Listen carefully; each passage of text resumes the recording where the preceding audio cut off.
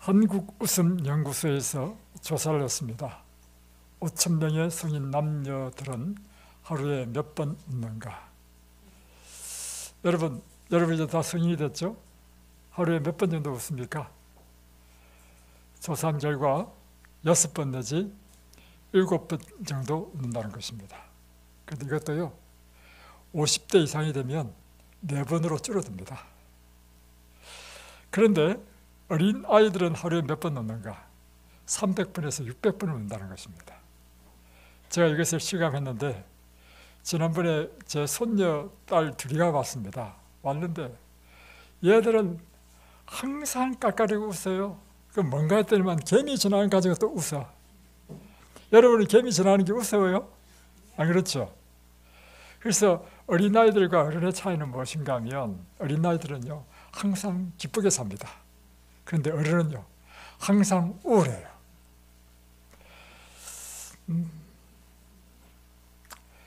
이 제체 웃음 치료사로 하는 이 요셉이라는 사람이 연구를 했는데요. 이 사람이 웃음 치료사가 된 이유는 무엇인가 하면 그가 암병동에서 환자들을 돌보는 일을 했는데 관찰을 해보니까 3,000명의 환자를 관찰해보니까 표정이 밝고 잘 웃는 사람은 병에서 잘 극복되고 오래 살더라는 것입니다. 그리고 암을 극복하고. 그런데 그 얼굴이 어둡고 근심에 쌓인 사람은 일찍 죽는다는 것입니다. 그래서 이 사람이 그걸 보고 내가 사람들에게 이 웃음을 선사하는 일을 해야 되겠다 했다는 것입니다. 여러분이 생각할 때 예수님의 모습은 어떤 모습일까요? 많은 사람들은 예수님의 이미지를 이렇게 그립니다. 예수님 하면 무엇이 딱 떠올라요? 십자가. 그러니까 항상 겟세마네에서 마지막 십자가를 지기 전에 피땀 흘리면서 고뇌하시는 그분의 기도의 모습이 너무 강하게 각인돼 가지고 예수님 하면 항상 우수해졌고 뭔가 이렇게 심각하시고 이런 모습을 우리는 상상한다는 것입니다. 그런데 시대소마를 보면 예수님의 생애를 쫙 조명한 거 보면요, 예수님은 굉장히 부드러우신 분이셨습니다. 온화하신 분이셨습니다. 그리고 그분의 표정 속에 사람들은 사랑을 뺏겼다는 것입니다. 그리고 특별히 그분이 설교할 때는요, 그의 목소리가 마치 음악과 같았다. 그래서 제가 천국에 가면 꼭 제가 하고 싶은 게 있는데 예수님의 설교를 한번 듣고 싶습니다. 얼마나 이 설교가 음악 같고 재미있었으면 사람들이 넋을 놓고 설교를 들었다는 것입니다. 그러니까 예수님의 이 모습은요 항상 우울한 모습이 아니었습니다. 그분은 부드럽고 온화하고 그러면서도 침착하고 평온한, 그러면서도 위험이 있는 그런 모습이 예수님의 모습이었습니다. 여러분, 그러면 17세에 계시를 받아서 60년 동안 2000번의 계시를 받은 엘렌 G 화이트는 어떤 삶을 살았을까요? 사람들은 엘렌 G 화이트 사진을 보면 이 좀 경직된 모습을 보잖아요. 눈은 크고 뭔가 이렇게 경직되고 긴장된 모습으로 사진 찍혔잖아요. 근데 사실은 그 사진은요, 그 당시에 사진기가 처음 발명돼 가지고 사진 찍을 때마다 사람들이 그렇게 긴장했다는 것입니다. 실제로 이 엘렌 G 화이트의 모습은 그의 손녀인 메이벌이 재현했는데, 할머니는 절대로 경솔하지 않으셨지만 우리 집에서 일어나는 사소한 일들, 일상생활의 자잘한 일들을 보고 자주 웃으셨습니다. 항상 쾌활하셨고 재미있는 시간을 보내기를 좋아하셨고 가끔 재치 있는 말로 사람들을 즐겁게 했으나 결코 분별 없는 경우는 없었습니다. 그리고 엘렌 G 화이트 자신이 이렇게 간증했습니다. 당신은 내가 우울해하고 낙담하며 불평하는 일을 본 적이 있습니까? 나는 이것을 막는 신앙을 가지고 있습니다. 예수께 중심으로 자원해서 하는 봉사는 밝은 신앙을 가져다 줍니다.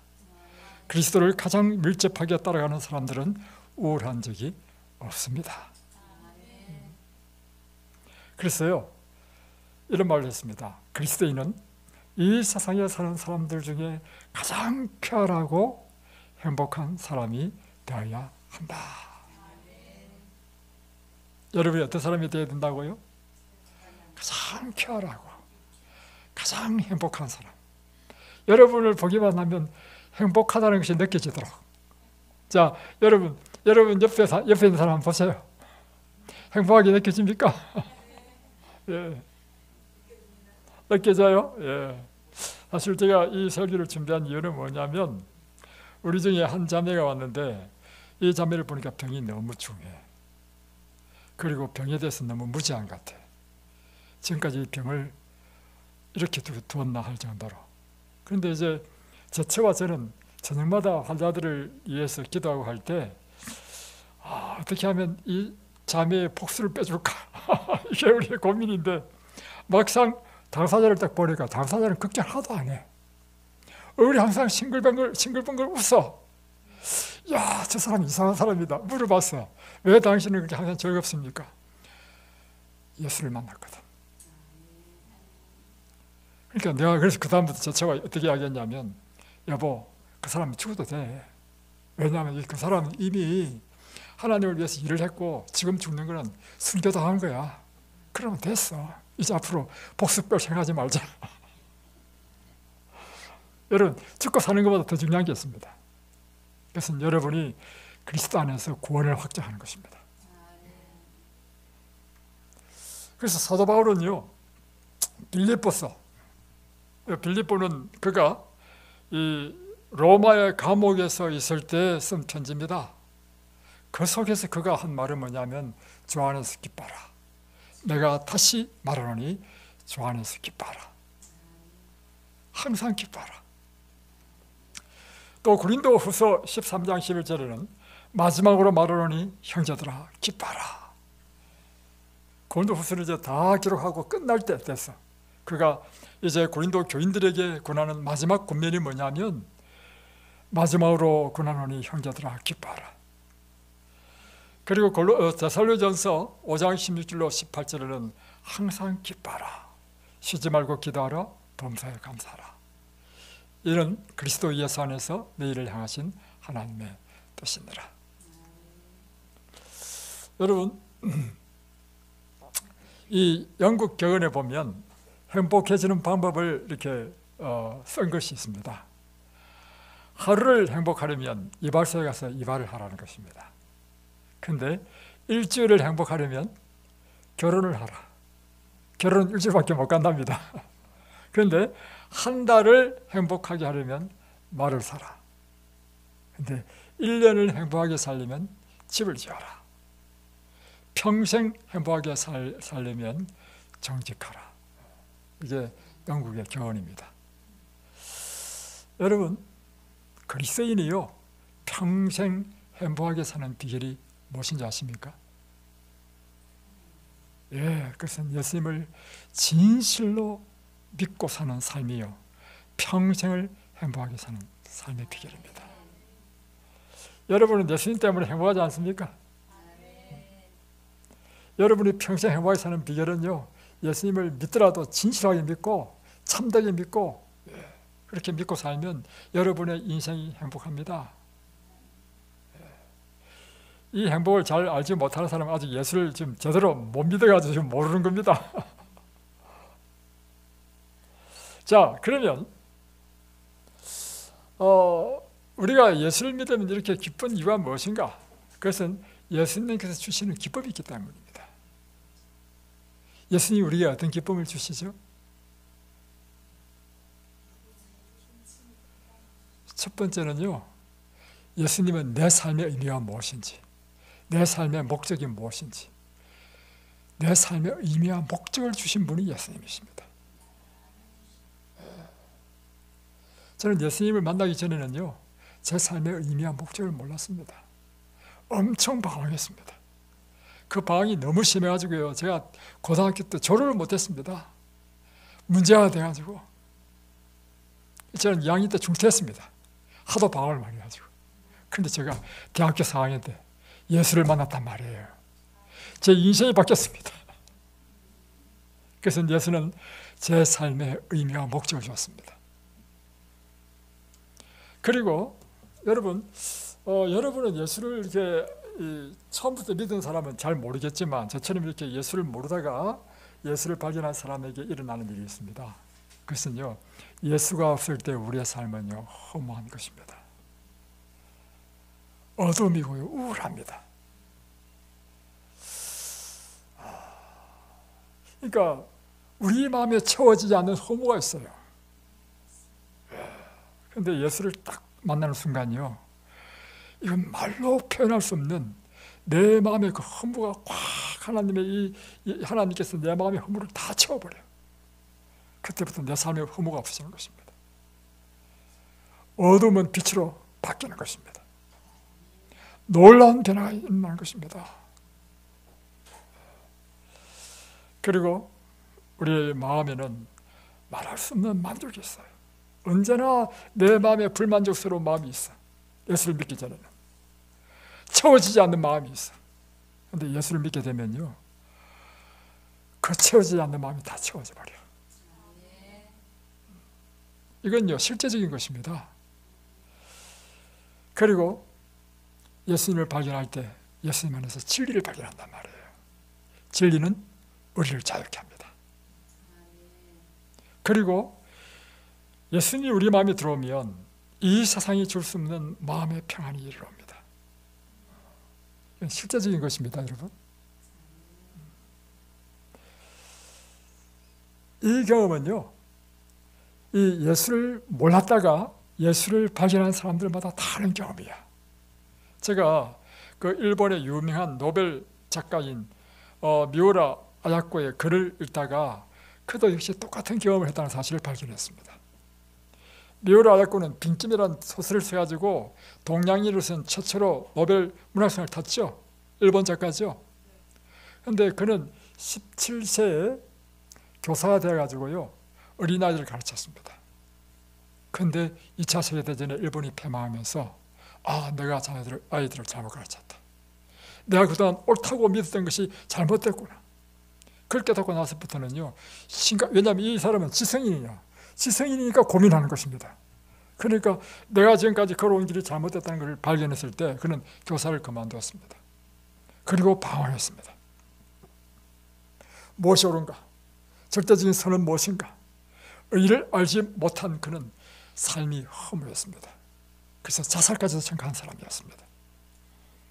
깊은 허무와 냉소, 자살을 꿈꾸고 삶의 무의미성에 아무런 의욕이 없었던 미우라 아야코는 기독교인이 되기 전까지는 그들을 냉소적인 시선으로 바라보았었다. 그러니까 모든 것이 그에게는 무의미한 거야. 모든 것이 냉소적으로 보여. 삶의 의미도 없고 무엇을 목표로 살아야 할지 모르면서 살았다는 것은 커다란 고통이었다. 나는 아무것도 믿을 수가 없었고 이 세상의 모든 것이 허무하게 느껴졌다. 이게 뭐냐면 기름얘기라는 이 책에 그가 그의 자서전적인 글이 있는 그 글을 제가 옮겨 적은 것입니다. 허무적인 생활이란 인간을 못쓰게 만든다. 우선 모든 것이 허무하니까 삶에 대한 정리는 더더욱이 느끼지 못한다. 오히려 모두가 싱겁고 어리석어지는 것이다. 모든 존재가 부정적으로 느껴진다. 자기의 존재조차 긍정되지 않는 것이다. 저는 이런 경험했습니다. 이 무엇이 참인지 무엇이 진리인지 알지 못할 때 우리 마음에 갖는 이런 방황, 허무, 그런데 이분이요 병원에서요 아주 진실한 그리스도인 남자친구를 만나게 되었습니다. 그리고 그 남자친구를 통해서 그가 예수를 영접하게 됩니다. 그리고 그가 드디어 일반적인 교인이니까 세를 받죠. 세를 받게 되었습니다. 이상한 일이 일어났다. 세례 받은 그날부터 나는 너무나 기뻐서 어쩔 줄을 몰랐다. 이것은요 설명되어 줄 수 없는 것입니다. 왜 이런 일이 나죠? 하나님의 영이요 우리 안에 들어오면 일어나는 일이 있는데 말할 수 없는 기쁨이 있어. 말할 수 없는 만족이 있어. 설명할 수 없지만 그러니까 이것은 영의 일인 것입니다. 바로 이 미우라 아야코는 이것을 경험한 것입니다. 마음속에 불이 당겨진 것이다. 그 불이 나를 견디는 것이다. 나는 곧 하나님께 기도했다. 하나님, 마우지 야스히코상, 하루코상, 리에상, 이 세 사람을 부디 크리스찬으로 만들어 주옵소서. 이 세 사람이 크리스찬이 된다면 저는 언제나 하나님의 부르심을 받아도 좋습니다. 그러니까 참 놀라운 사실은요, 우리가 하나님의 영이 임하면 일어나는 일이 있는데 우리 마음에 기쁨이 충만해지고 그러면서 생기는 것이 뭐냐면 다른 사람을 그리스도께로 인도하자는 열망이 우리 속에서 불처럼 일어난다는 사실입니다. 지금 이 뮤라야코도 똑같은 경험을 한 것입니다. 여러분, 그래서 예수가 우리에게 주는 기쁨은 무엇인가? 그는 우리의 삶의 의미와 목적을 주는 것입니다. 마음에 완전한 만족과 충만함을 주시는 것입니다. 그리고 진리를 알 때 이 진리가 우리의 모든 억압과 모든 어둠으로부터 우리를 해방시키고 빛으로 인도한다는 사실입니다. 그리고 진리 안에서 발견하는 그 자유를 누리게 된다는 것입니다. 우리 마음속에는 모든 죄책감이 사라집니다. 실제로 제가 경험한 바로는요, 예수를 믿기 전에 제 마음에 끊임없이 죄책감이 있었습니다. 그런데 이 죄책감을 해결할 수 없어. 그런데 예수를 만나고 나서부터 생기는 것이 뭐냐면 예수의 보혈이 내 죄를 사했다는 그 죄사함의 그것을 내가 받아들이니까 내 마음의 죄책감이 사라져버려. 내 양심이 얼마나 깨끗한지. 그래서 그리스도인이 갖고 있는 최고의 기쁨은 무엇이냐면요, 우리 양심이 깨끗하다는 것입니다. 우리 양심이 깨끗함을 입을 때 일어나는 것은요, 마음이 굉장히 상쾌하고요, 가볍습니다. 미래에 대한 두려움, 이것은요, 미래에 대한 두려움, 염려, 걱정요, 이것은요, 그리스도를 믿지 않을 때 일어나는 모든 사람이 갖고 있는 두려움이 뭐냐면 미래에 대한 두려움입니다. 그리고 혹 여러분이 예수를 믿는데도 불구하고 미래에 대한 두려움과 미래에 대한 염려가 있다면 여러분 아직 예수를 완전히 예수의 사람이 되지 못했다는 것입니다. 확실한 사실은 뭐냐면 여러분이 예수의 사람이 되면 여러분의 미래에 대한 염려, 걱정이 사라집니다. 그것은 보장되기가 되어 있어서가 아니라 예수님이 우리 마음에 그 모든 염려와 걱정을 다 물리쳐버리는 것입니다. 그래서 여러분, 예수 믿는 것은 이 세상에서 최고의 기쁨입니다.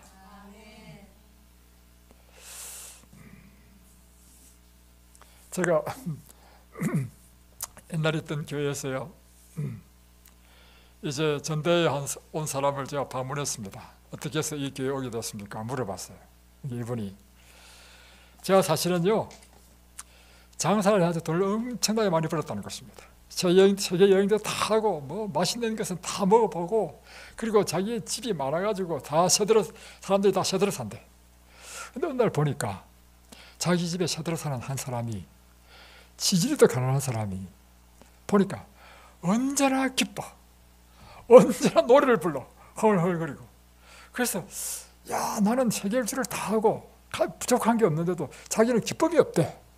그래서 야, 저 사람 왜 저렇게 기쁨이 있지? 나는 기쁨이 없는데? 그래서 이 사람이요, 그 사람을 열심히 관찰했다. 관찰해보니까 교회에 나가더래. 이 사람은요, 자기 마음의 기쁨을 얻기 위해서요, 팜플렛 보고 우리 교회에 나온 거예요. 여러분, 예수를 믿으면요, 그 마음에 설명할 수 없는 기쁨이 넘칩니다. 이걸 모르면요, 여러분 오리무중이 됩니다.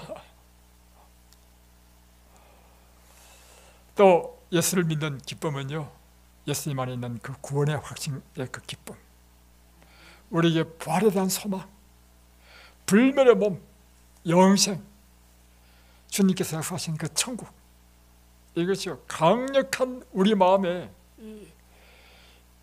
기쁨이 되는 것입니다. 그래서 여러분의 마음에 강력한 소망이 뭡니까? 제게는요, 영생입니다. 예수님 다시 오시는 날은 나는 불멸의 몸을 입을 것이다.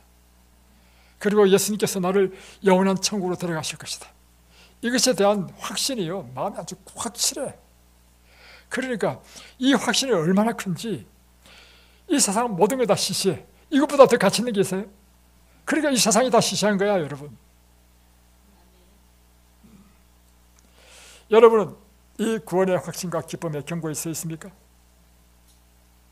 그래서 여러분은 예수님 없이는 살 수 없는 사람이 되었습니까? 예수님 한 분이면 족합니까? 그렇다면 여러분은 예수의 사람이 된 것입니다.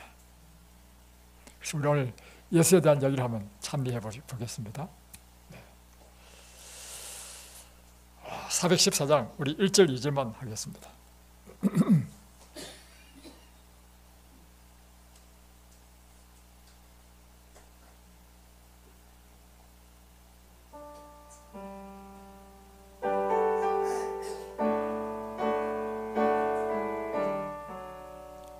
예수가 내게 계시니 시험이 혼나 겁없네. 기쁨의 근원 되시는 예수를 위해 삽시다. 날마다 주를 섬기며 갈수록 주를 찬양해. 그 사랑 안에 살면서 딴 길로 가지 맙시다.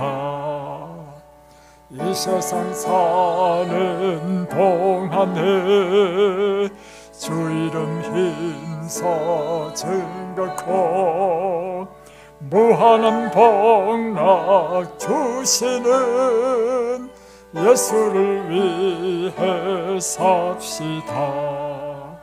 날마다 주를 섬기며 갈수록 주를 찬양해. 그 사랑 안에 살면서 딴 길로 가지 맙시다. 우리가 날마다 주를 섬기며 갈수록 주를 찬양하고 그분 사랑 안에서 살게 되시길 바랍니다. 두 번째는 우리가 항상 기뻐할 수 있는 이유는 하나님 말씀이 우리에게 기쁨을 주기 때문입니다. 저는 에레미야서를 읽으면서 굉장히 인상적인 에레미야의 글을 보게 되었습니다.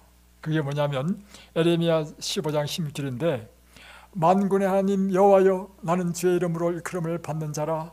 내가 주의 말씀을 얻어먹었사오니 주의 말씀은 내게 기쁨과 내 마음의 즐거움이요. 그러니까 에레미야는요, 그의 마음의 기쁨과 즐거움이 무엇에 기인한다는 것입니까?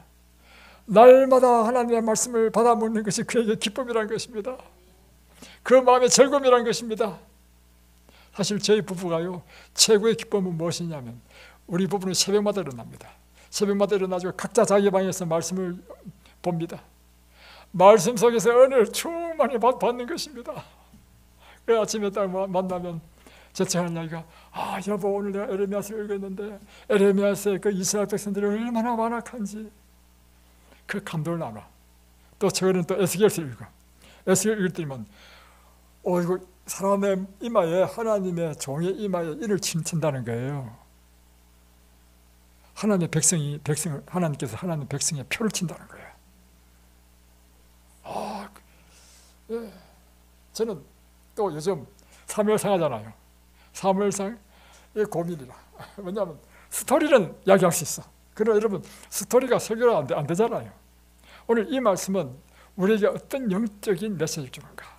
그러니까 어제 하루 종일 묵상해. 근데 꼭 영감은 언제 오냐면 새벽에 영감이 와. 어제 저녁에도 여보, 내일 이거 좀 다윗이 말이야 사울을 2번이나 이렇게 살려줬는데, 이야기는 알겠는데 이 이야기에서 어떤 영적인 메시지를 하나님께 우리에게 주시는지 아직 내가 발견 못했어. 그러니까 제청하는 이야기가, 걱정하지 마, 새벽이 되면 하나님께서 주실 거야. 안 나들까 오늘 새벽에 딱 일어났는데 하나님께서 딱 주시는 거야. 맞아. 그가 사울을 살린 것은 그 마음이 너그럽기 때문이 아니고 하나님을 사랑했기 때문에, 하나님을 경외했기 때문에, 하나님께 속한 모든 것을 그는 공개했다는 거예요. 사울은 하나님으로부터 기름 부음을 받았기 때문에 하나님께 속한 사람이라. 그래서 하나님께서는 다윗은 하나님을 공개하고 하나님을 사랑하기 때문에 그에 속한 사울도 사랑하고 공개했다는 사실입니다. 그러면서 딱 생각해 보니까 그러면 하나님께 속한 것이 무엇이냐? 우리 역시 하나님을 사랑하고 공개하는 것이 무엇으로 나타나느냐? 하나님께 속한 것에 대하여 우리가 나타내는 태도, 그 태도가 진실로 우리가 하나님을 사랑하는지 하나님을 공개하는지로 나타나는 거예요. 그러면 하나님께 속한 것이 뭐냐? 쫙 생각해 보니까 하나님의 말씀이 하나님께 속한 것이고, 하나님의 성전이 하나님께 속한 것이고, 그리고 하나님의 이 시간, 하나님의 재물. 그래서 엄청 제 자신을 감동받았습니다. 그래서 먼저요, 설교자가 감동받지 않으면 안 됩니다. 설교자를 감동시켜야 이 감동이 백성들한테 전달되지요. 그래서 우리 부부의 최고의 행복은요, 날마다 하나님의 말씀을 받아 먹는 것입니다. 여러분, 하나님 말씀이 우리에게 주는 기쁨은 무엇인지 아십니까? 첫 번째, 인생의 가장 기본적인 질문에 대한 답을 줍니다. 그래서 인생은 무엇이냐? 사람은 어디서 왔느냐? 죽으면 어떻게 되는가? 그럼 우리 삶의 목적이 뭐냐?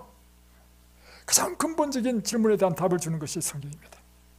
그리고 절대적인 기준을 주는 것입니다. 무엇이 의고 무엇이 선인지, 내가 마땅히 해야 될 길은 무엇인지, 이거 굉장히 중요한 것입니다, 여러분.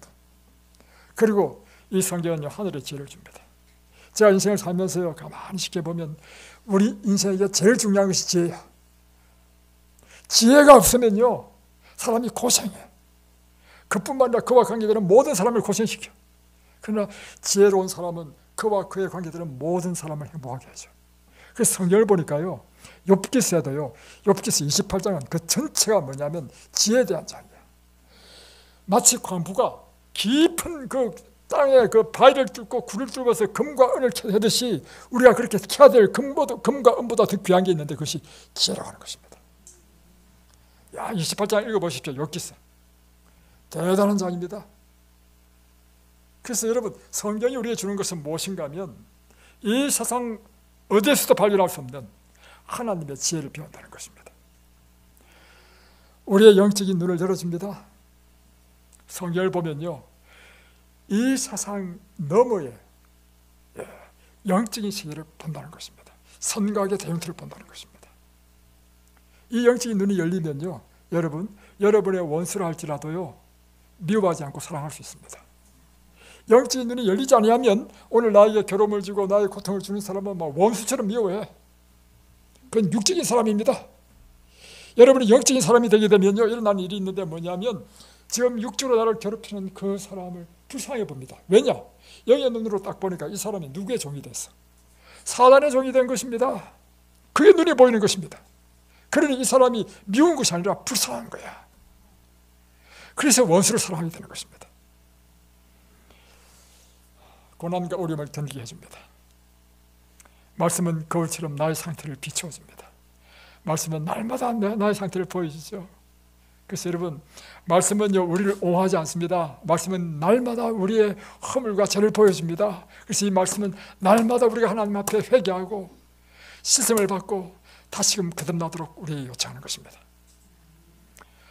이 성경은 우리에게 구원의 원리를 가르쳐줍니다. 그리고 천국의 소망을 구체적으로 품게 합니다. 여러분의 영적인 무기로부터 해방되고 싶습니까? 그러면 하나님의 말씀을 깊이 연구하십시오.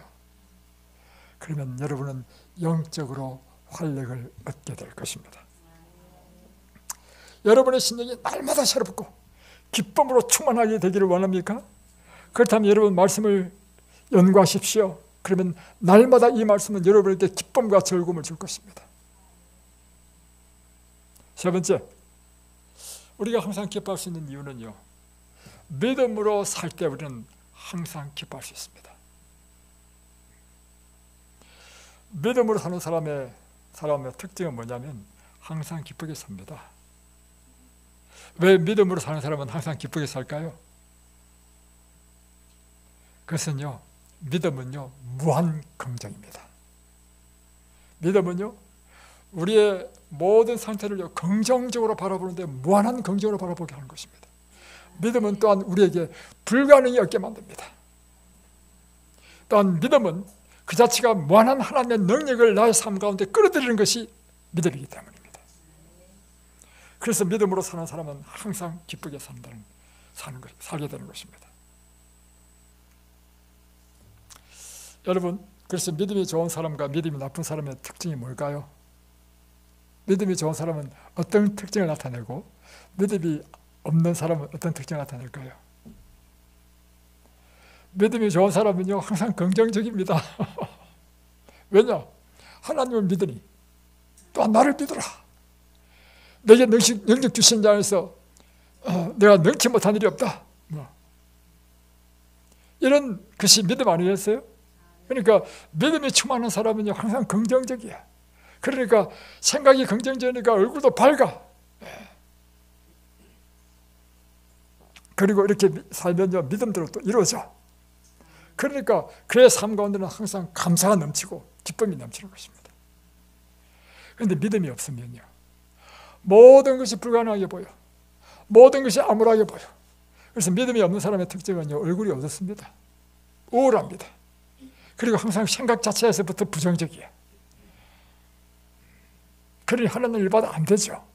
그러니 그 일에서 나오는 것이 결국에는 신세 타령, 불평 이런 것이 나온다는 것입니다. 여러분이 민수기에 보면 이제 12정탐꾼을 보내죠. 그럴 때 믿음 없는 10사람의 보고와 믿음 있는 2사람의 보고가 달랐습니다. 믿음 없는 10사람의 보고 보십시오. 그 땅은 거민을 삼키는 땅이다. 신장이 장대한 자들이다. 아넛 작산의 대장부들이다. 우리는 스스로 보기에도 메뚜기 같다. 우리는 그것을 점령할 수 없다. 이게 믿음 없는 사람의 보고였습니다. 그러나 갈렙과 여호수아는 달랐습니다. 그 땅은 젖과 꿀이 흐르는 땅이었다. 그들은 장대하다 할지라도 하나님이 우리와 함께 하심으로 그들은 우리의 밥이다. 여러분, 결국에 어떻게 됐습니까? 그들이 믿는 대로 됐습니다. 열매의 정탐꾼은요 다 죽었습니다. 그러나 믿음으로 보고했던 이 갈렙과 여호수아는요 가나안 땅에 들어갔습니다.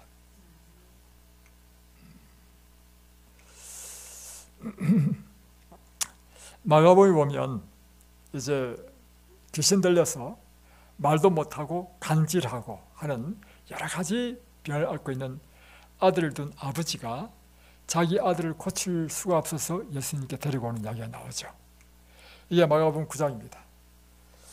아버지가 말합니다. 예수님 좀 도와달라고. 귀신이 저를 죽이려고 불과 물에 자주 던졌나이다. 그러나 무엇을 하실 수 있거든 우리를 불쌍히 여기사 도와주옵소서. 무엇을 하실 수 있거든 이렇게 이야기했단 말이에요. 그러니까 예수님께서 그 말을 듣고요 나무랍니다. 할 수 있거든이 무슨 말이냐? 믿는 자에게는 능치 못한 일이 없느니라. 다시 변하면 내 아들의 병을 고치기 위해서 내가 고칠 게 있는데 내 생각부터 고쳐야 되겠다. 내 생각에서 나오는 내 말부터 고쳐야 되겠다. 내 생각과 말을 고쳐야 내 아들이 낫는다 이 말이에요. 무슨 말인지 아시겠죠? 그래서 말을 고치려면 마음을 고쳐 먹어야 되고 희망적이고 긍정적인 생각을 해야 한다는 것입니다. 우리가 하나님의 능력을 믿는다면 우리는 우리 입에서 안 된다는 말을 고쳐야 합니다. 이 세상 사람들은 안 되는 일도요 하나님을 믿는 사람에게는 안 되는 일이 없다고 믿어야 되는 것입니다. 이분이 제 장인어른입니다.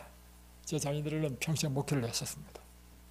제 장인어른의 별명이 의외로 잘 될 거야입니다. 왜 이 별명이 생겼느냐? 우리 장인어른이요 목회를 하면서 참 어려움이 많았습니다. 그럴 때마다 언제나 그의 위로자요 그가 의지할 바는 하나님밖에 없었습니다. 그래서 하나님 성전에 가면 아침마다 성전에서 기도하면 제가 어릴 때 한 일은 뭐냐면 아침 식사 때마다 교회 가지고 아버지를 불러오는 것이 제 일이었습니다. 그래서 제 장인어른은 언제나 교회에서 자기 인생의 모든 괴로움이 있으면 하나님 기도했습니다. 그리고 기도하고 나면 항상 우리 아버님 하신 말씀이 있었습니다. 얼마나 잘 될 거야. 하나님께서 나에게 이런 암시를 주셔서 얼마나 잘 될 거야. 그런데 그분의 말씀대로 모든 일들이요 의외로 잘 됐습니다. 그래서 그분의 별명이 의외로 잘 될 거야입니다. 제 아버님이 얼마나 긍정적이신 분인지요.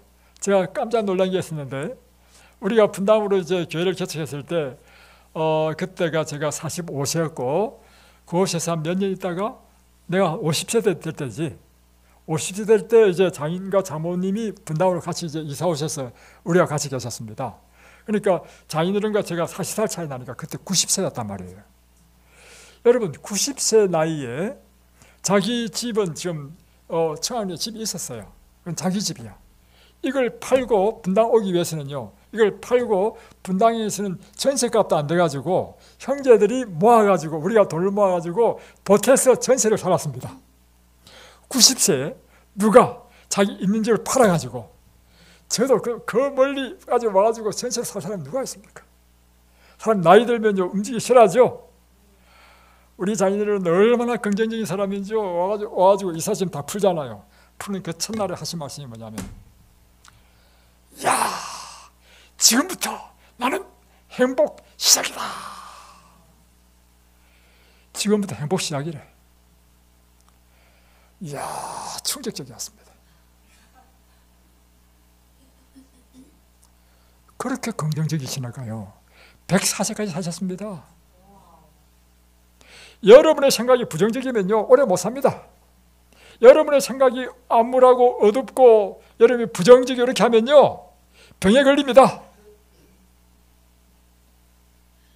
여러분의 생각이 긍정적이고 희망적이고 믿음적이면요 있던 병도 다 돌아가 버립니다.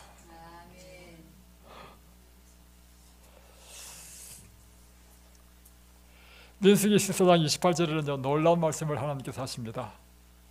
그들의 이르기를 여호와의 말씀에 나의 삶을 가르쳐 맹세하노라. 너희 말이 내 귀에 들린 대로 내가 내게 행하리라. 그러니까 하나님은 어떤 분이십니까? 하나님이 귀에 들린 대로 그대로 이루어 주시는 분이라. 그러면 내가 예를 들면 나 할 수 있어 하면 하나님께서 어떻게 해주신다는 겁니까? 할 수 있게 해주고, 나 못해 하면 그래 나 못하게 한다는 것입니다.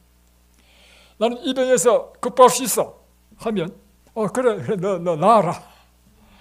이거 내 생각해보니까 안 되겠는데 그래 너 죽어라.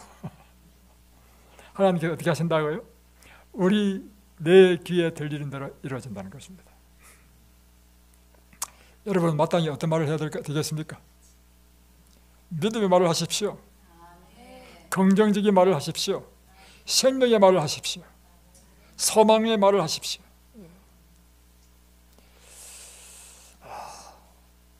여러분 믿음 없는 말로 자녀를 망치지 마십시다. 우리 선조들은 참 무식했어요. 우리 선조들은 우리 자녀들에게 이런 잘못된 말을 했습니다. 이 연병할 놈 나가서 떼줘라. 이 버리지만도 못한 놈.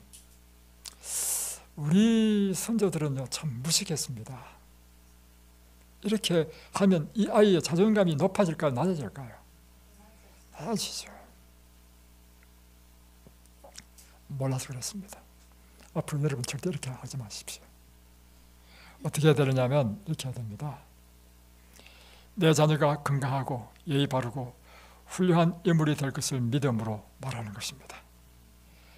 내가 겸손하고 주님을 위하여 헌신 봉사할 것을 믿음으로 지금 말하는 것입니다. 우리 자녀에게 끊임없이 용기를 불어넣어주고 긍정적인 말을 하고, 그러면 우리가 말한 대로 이루어진다는 것입니다. 이 묘라 야군은 그의 한평생은 병쭈거리로 살았습니다. 그의 책을 읽어보니까요 병이 얼마나 많은지 척추 카리에스로 수십 년 고생하고, 그러다 직장암도 걸리고 띠 모양의 대상포진, 심장병, 나중에 나이가 들어서는 파킨슨스병까지 걸렸습니다. 13년간 젊었을 때는 폐결핵으로 열흘 동안 병원에서 살았습니다.